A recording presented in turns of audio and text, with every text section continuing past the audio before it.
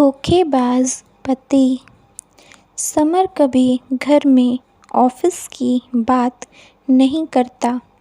यही कारण है कि उनके ऑफिस में कभी-कभार होने वाली पार्टियां मेरे लेखन में इतनी महत्वपूर्ण हैं। ऑफिस के समाचार मुझे वहाँ पर ही मालूम होते थे। कोई भी पति कभी भी अपने गॉसिप या अफेयर घर में नहीं बताता, लेकिन अगर दूसरों का अफेयर हो तो फट से घर पर सब बातें बताता है। समर कभी घर में ऑफिस की बात नहीं करता।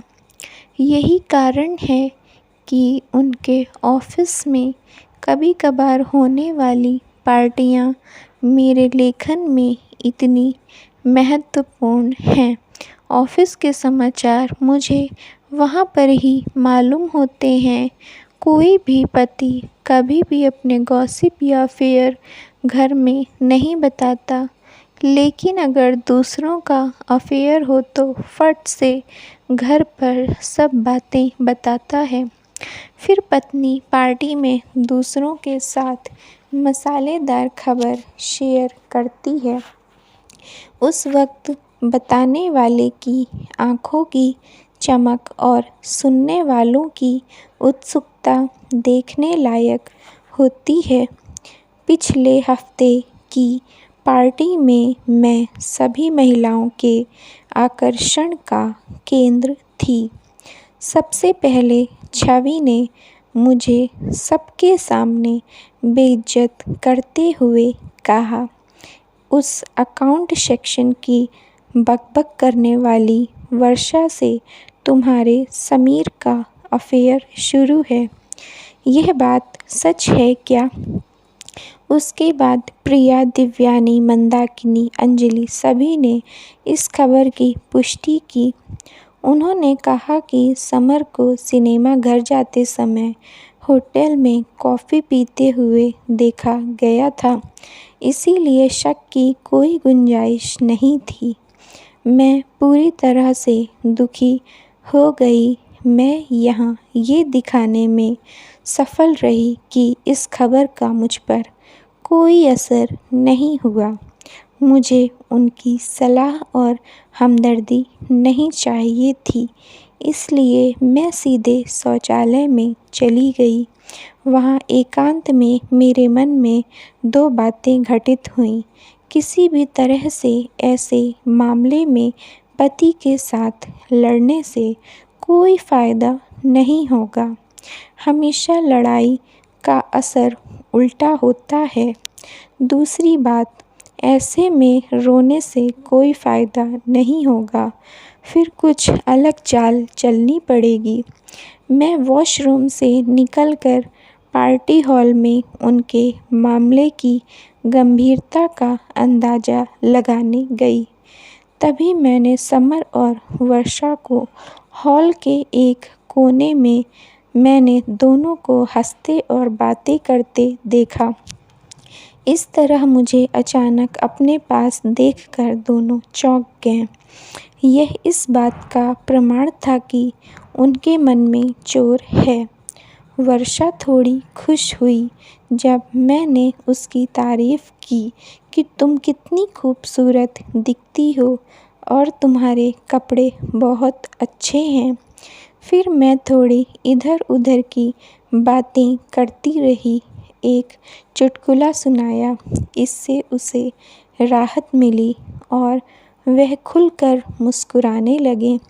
समर को मेरे व्यवहार में कुछ भी आपत्तिजनक नहीं लगा, इसीलिए वह निश्चिंत हो गया और वहाँ से चला गया और दूसरे ग्रुप में बातें करने लगा।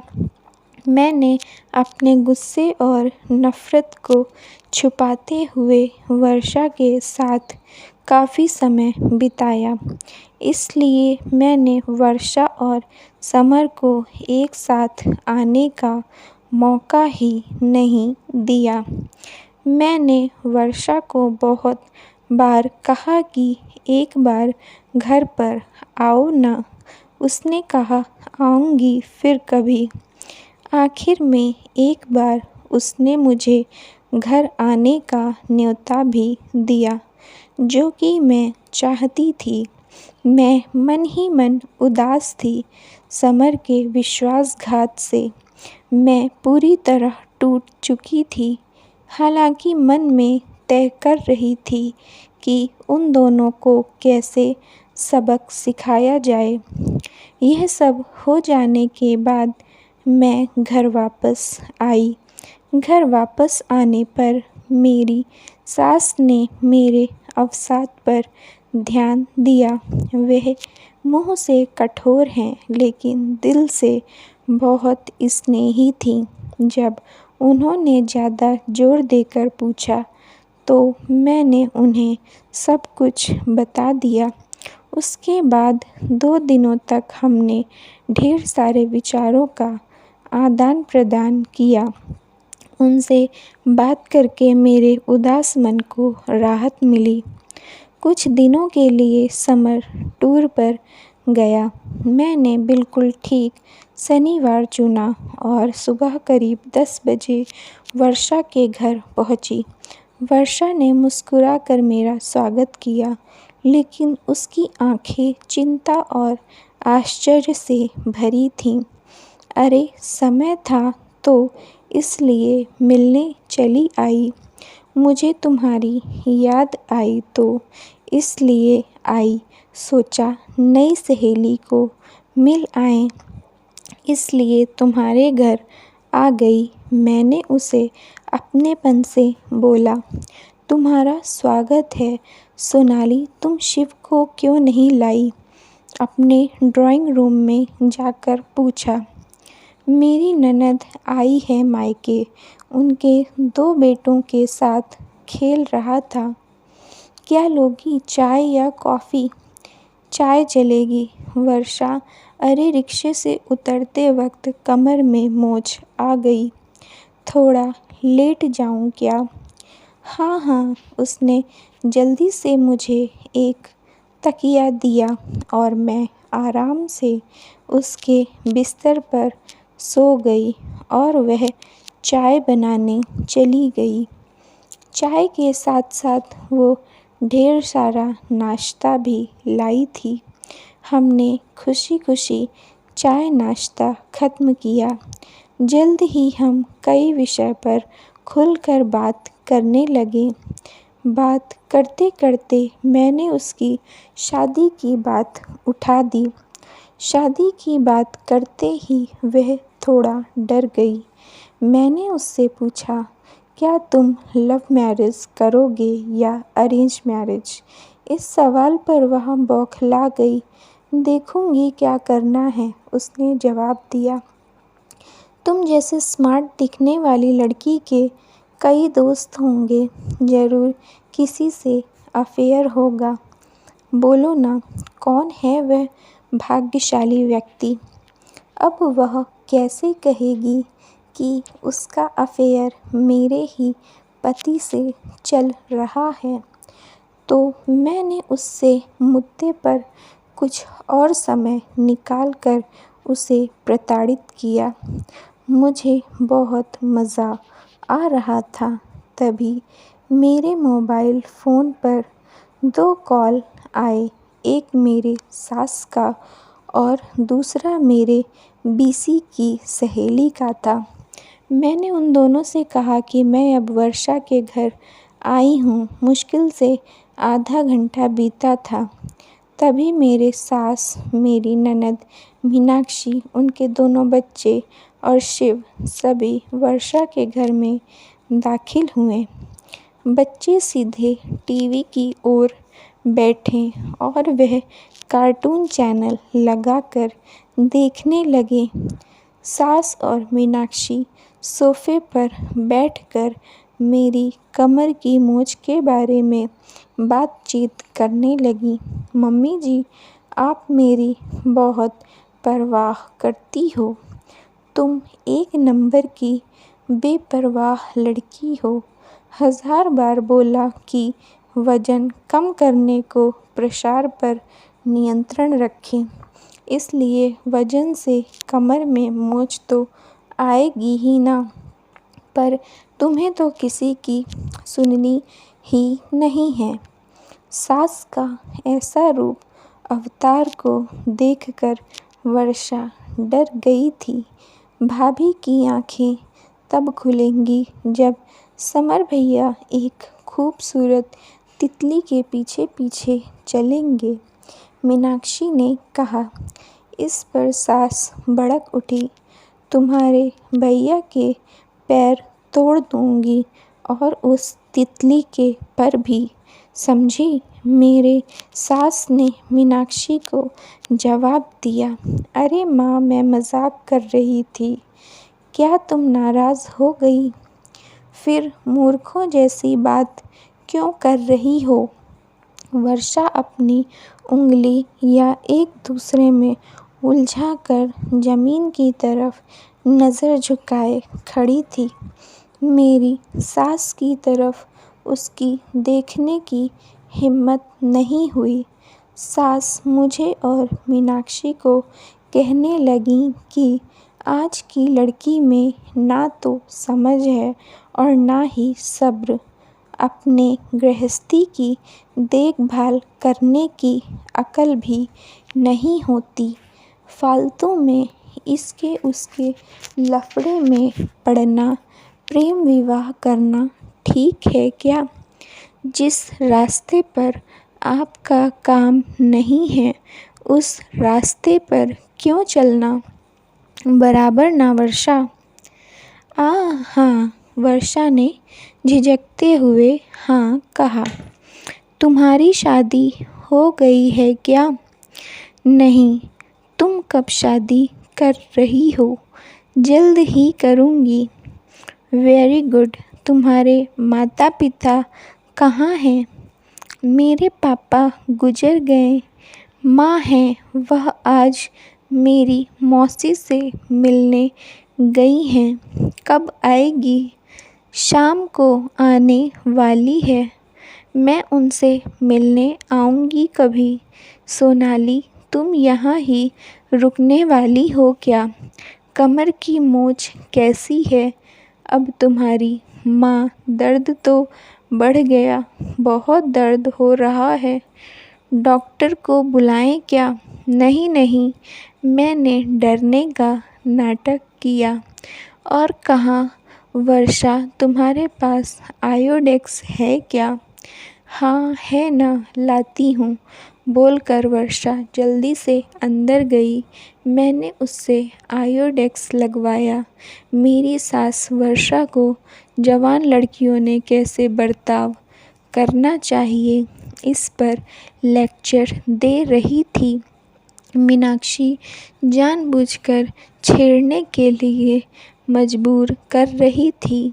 ऐसा माहौल था कि दोनों किसी भी क्षण लड़ने लगेंगे। उस माहौल में वर्षा का तनाव बढ़ गया था। तभी दरवाजे की घंटी बजी। मीनाक्षी ने जाकर दरवाज़ा खोला। जब वह लौटे तो उसके साथ बीसी समूह की मेरी 3 सहेलियाँ शालू, रूपाली, मीनाक्षी थी। यह तीनों बहुत बातूनी हैं। उनके आगमन ने माँ बेटी के बीच वाक्य युद्ध को रोक दिया, लेकिन रूम का आवाज़ एकदम ज़्यादा बढ़ गया। अपनी नई सहेली से सेवा करवा रही हो क्या सोनाली? रूपाली ने आंखें फैलाकर कहा और सभी हंस पड़े।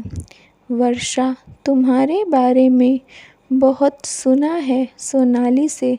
सोनाली हमेशा तुम्हारे बारे में बोलती रहती है। देखो, उसके दिल में बैठकर हमें वहाँ से मत भगाना। शालू ने वर्षा के कंधे पर हाथ रखते हुए कहा। हम अपने नए दोस्ती की नींव को मजबूत करने के लिए गर्मा गर्म समोसे, जलेबी, ढोकला लेकर आए।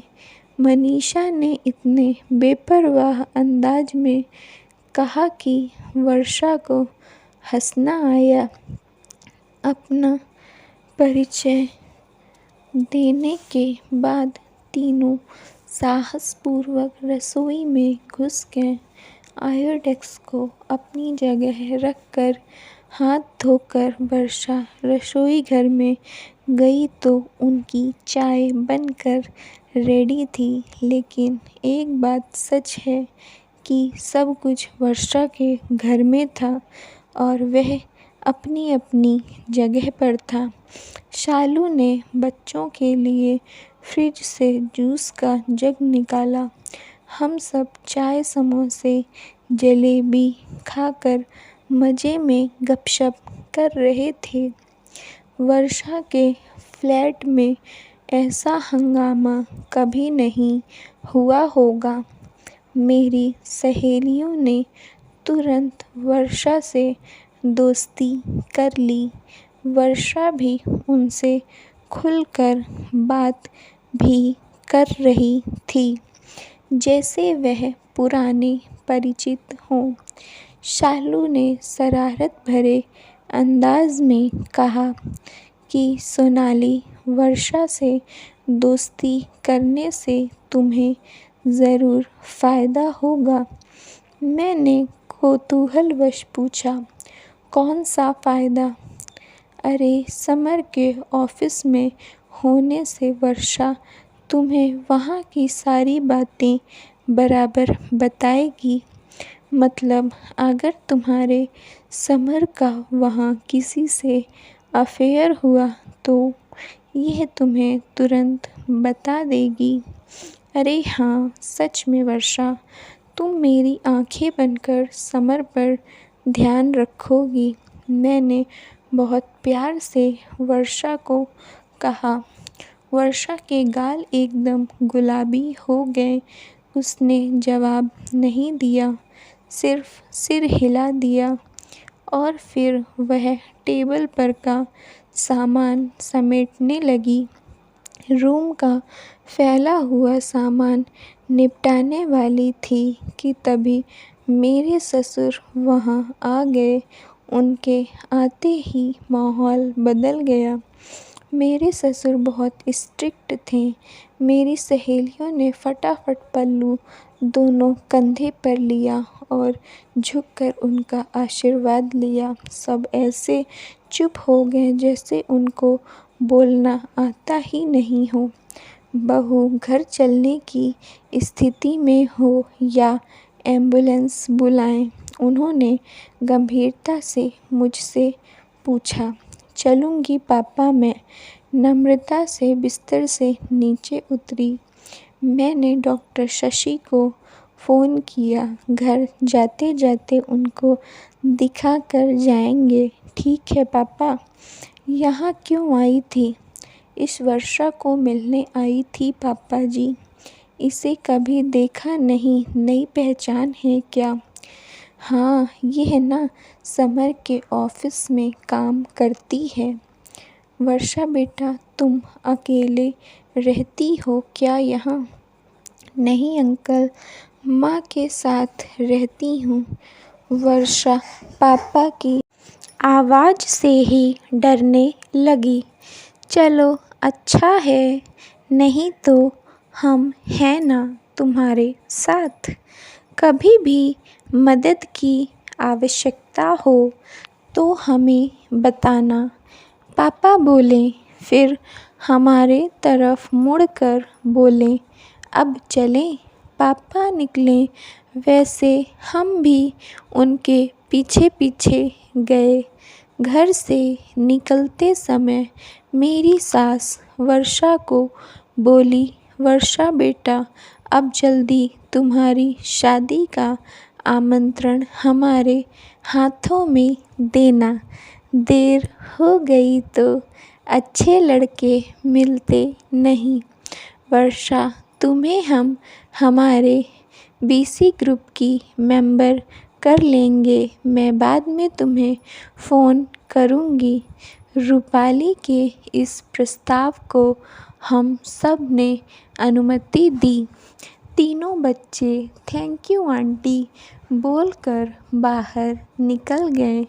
लास्ट में मैं वर्षा का सपोर्ट लेकर घर से बाहर आई।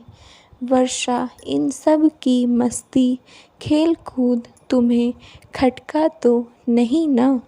मैंने उससे पूछा। नहीं सोनाली, यह सब तो बहुत भले इंसान हैं, वह बोली, पर मन से वह थोड़ी नर्वस हो गई थी।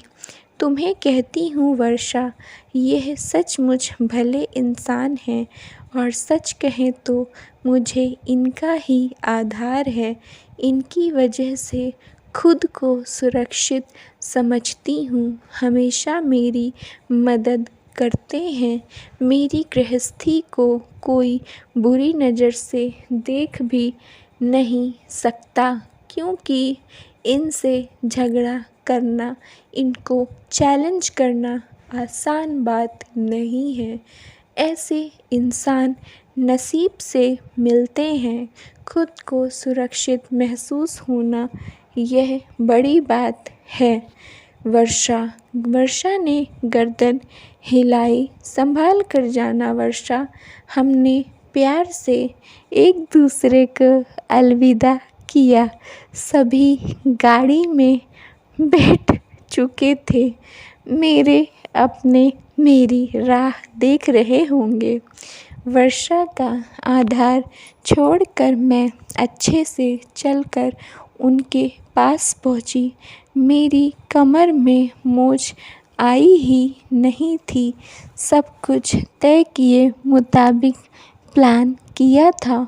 मैंने 2 उंगलियों वी फॉर विक्ट्री की निशानी करते ही सबके चेहरे पर खुशी आ गई।